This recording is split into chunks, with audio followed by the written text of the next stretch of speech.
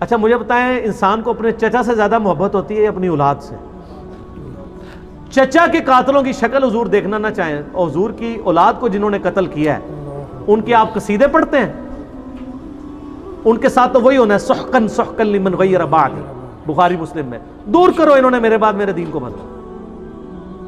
یہ تو حوض کوثر پہ جا کے پتہ چلے گا۔ تو میں نے اس میں بولا تھا کہ سوگ حمزہ ختم ہو چکا تھا، غم حمزہ باقی تھا، وہ حضور کی زندگی میں ان کے ساتھ غم پرماننٹلی اٹیچ ہے۔ اور سر اس کو تو چھوڑ دیں، صحیح بخاری مسلم میں حدیث ہے،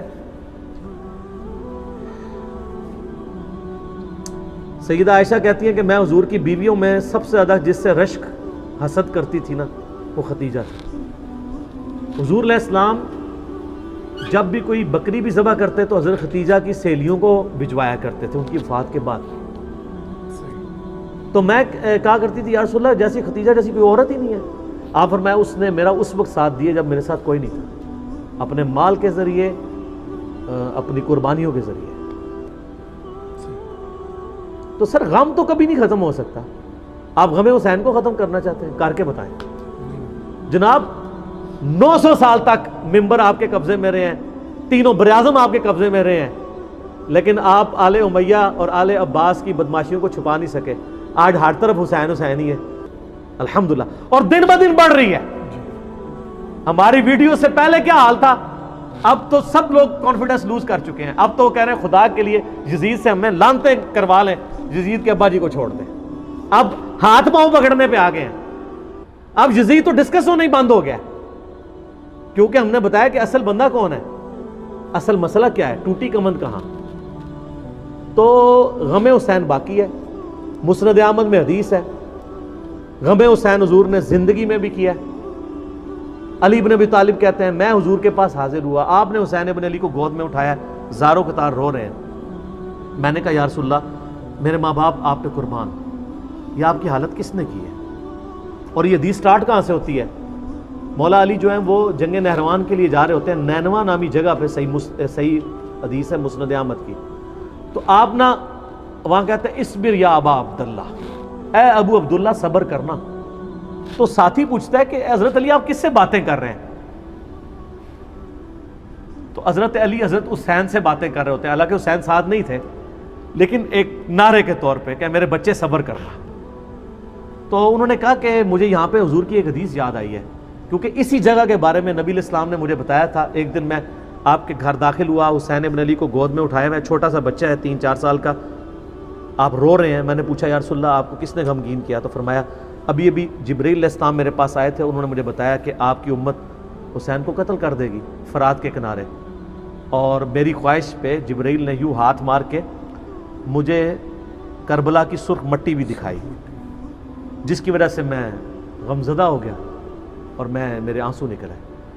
ابھی واقعہ ہوا نہیں ہے، واقعہ ہونا ہے 50 سال بعد، غم حسین پہلے ہے۔ اور واقعے کے وقت کیا ہوا ہے وہ بھی مسند احمد میں متواتر حدیث ہے، ابن عباس کے 8 شاگردوں نے یہ روایت کی ہے، شیخ البانی، شیخ زبیلی دونوں نے صحیح کہا ہے، اہل حدیث بھی صحیح مانتے ہیں۔ اور یہ وہ حدیث ہے جس کی وجہ سے میں نے یہ فکر حسین اور غدیر خم کے اوپر آواز بلند کی۔ وہ حدیث کیا ہے؟ مسند احمد میں ہی ہے۔ عبداللہ ابن عباس کہتے ہیں کہ ایک دوپہر میں نے خواب دیکھا کہ نبی علیہ السلام پرانگدہ حالت، بال بکھرے ہوئے اور کپڑے بھی آپ کے گرد آلود ہیں، جیسے مشقت کے آثار ہیں، آپ کے ہاتھ میں خون کی ایک شیشی ہے۔ تو میں نے کہا یا رسول اللہ میرے ماں باپ آپ پہ قربان، آپ کی کیا حالت ہے؟ تو آپ نے فرمایا کہ میں صبح سے حسین اور اس کے ساتھیوں کا خون جمع کر رہا ہوں۔ یہ ایک تمثیل آپ علیہ السلام کو دکھائی گئی، یہ نہیں تھا کہ آپ وہاں فزیکلی موجود تھے، ایک تمثیلاً دکھایا گیا۔ تو کہتے ہیں میں گھبرا کے اٹھا، ابن عباس کہتے ہیں میں نے وہ دن اور تاریخ یاد رکھی، اور بعد میں ظاہر اس وقت انٹرنیٹ نہیں تھا، ٹیلی فون نہیں تھے، کئی ہفتوں بعد خبر آئی کہ اسی دن یعنی 10 محرم 61 ہجری کو حسین ابن علی کو مظلومانہ شہید کیا گیا ان کے ساتھیوں کے ساتھ۔ تو غم حسین تو نبی علیہ السلام کو اللہ کی جنتوں میں بھی ہے، اور میں اہل حدیثوں کے لیے اور دیوبندیوں کے لیے، کیونکہ ان دونوں کا مشترکہ روحانی ابا جی ہیں اسماعیل دہلوی، جس نے وہ گستاخانہ کتاب تقویۃ الایمان لکھی ہے، لیکن اس میں اس نے صحیح باتیں بھی کچھ لکھ دی ہیں۔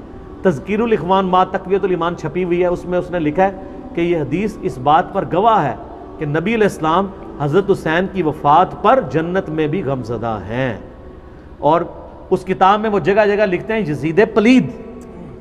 یہ تو سعودیہ ایران کی ٹسل کے بعد یہ یزید کے دفاع کرنے والے اہل حدیث ہیں، ورنہ میں آپ کو حلفیہ کہتا ہوں کہ ناسبیت اور یزیدیت کے خلاف جتنا کام کیا نا وہ اہل حدیثوں نے کیا ہے.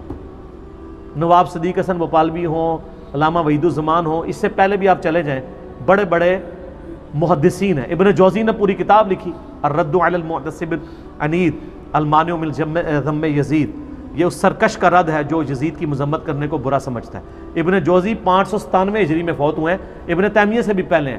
ابن تیمیہ اور ابن کثیر نے اس کتاب کی تعریف کی ہے، ابن جوزی کی کتاب کی. اس کا اردو میں ترجمہ ایک دیوبندی عالم نے کیا ہے، وہ شاہ نفیس اکیڈمی لاہور سے شائع ہوئی ہے. اس کا پی ڈی ایف ہماری ویب سائٹ کے اوپر رکھا ہے ahlsunnatpar.com پہ، آپ ڈاؤن لوڈ کریں.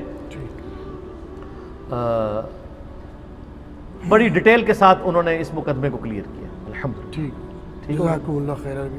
علی بھی اگلا